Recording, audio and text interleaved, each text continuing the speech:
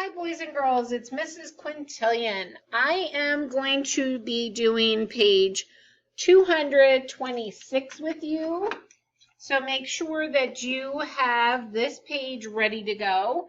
This is a repeated addition is what this lesson is called, but it's also getting you ready for multiplication. So it's kind of fun, kind of exciting because next year you will be using this in a different way. Okay? So we're going to look at just this page, page 226. We're going to start with number 9. We're going to do circle keywords and numbers.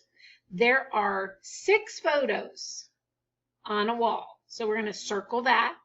There are 2 photos in each row.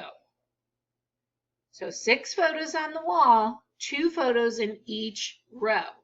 How many rows are there? So the best thing to do with this kind of problem is actually draw out the way that we can see it. So let's say there are 6 photos. Photos are usually in a square or rectangular frame. So we're going to draw it out, and it says there's 2 in each. So here's 1 row, 2 in each row. Then we're going to go to the next row and put 2 in each row. So that's 2 rows. And then we're going to put 1 more group until we get 6. Let's count them. 1, 2, 3, 4, 5, 6. So how many rows is what they're asking. We count rows this direction. So we have 1, 2, 3 rows. So the answer is 3 rows. 6 photos, 2 in each row, 3 rows. So that's how we figured that one out. It tells us to write or draw. So we're drawing. Then let's go to number 10.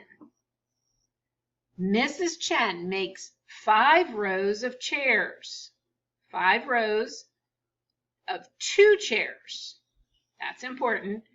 And 2 rows of 3 chairs.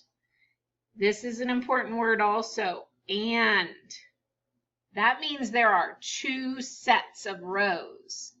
How many chairs does she use? So how many total? So we're going to do it like a picture. She's going to set up 2 separate groups. And chairs, we're just going to kind of make circles, I guess. So here's 2 chairs in this row, and there are 5 rows. So we have to count 5 rows. So here's 1 row, 2 rows, 3 rows, 4 rows, 5 rows, and there are 2 in each row. So when we count, we could count by 2s, can't we? 2, 4, 6, 8, 10. So we know this group is 10 chairs. But then she also has 2 rows of chairs, but this time there are 3 in each row. So here's 1, 2 rows. And 3 in each row. We can count by 3s, can't we? 3, 6. So we're putting these 2 together. So we have 10 in one group, 6 in the other group. 10 plus 6 equals 16. So 16 total chairs. Okay, last one, number 11. Find the number of counters in each row. Here, they did a picture for us already. They put the counters there. So it says, find the number of counters in each row. Complete the number sentence. Each row, remember, the rows are going this direction. These are the rows. So we have 1, 2, 3 rows.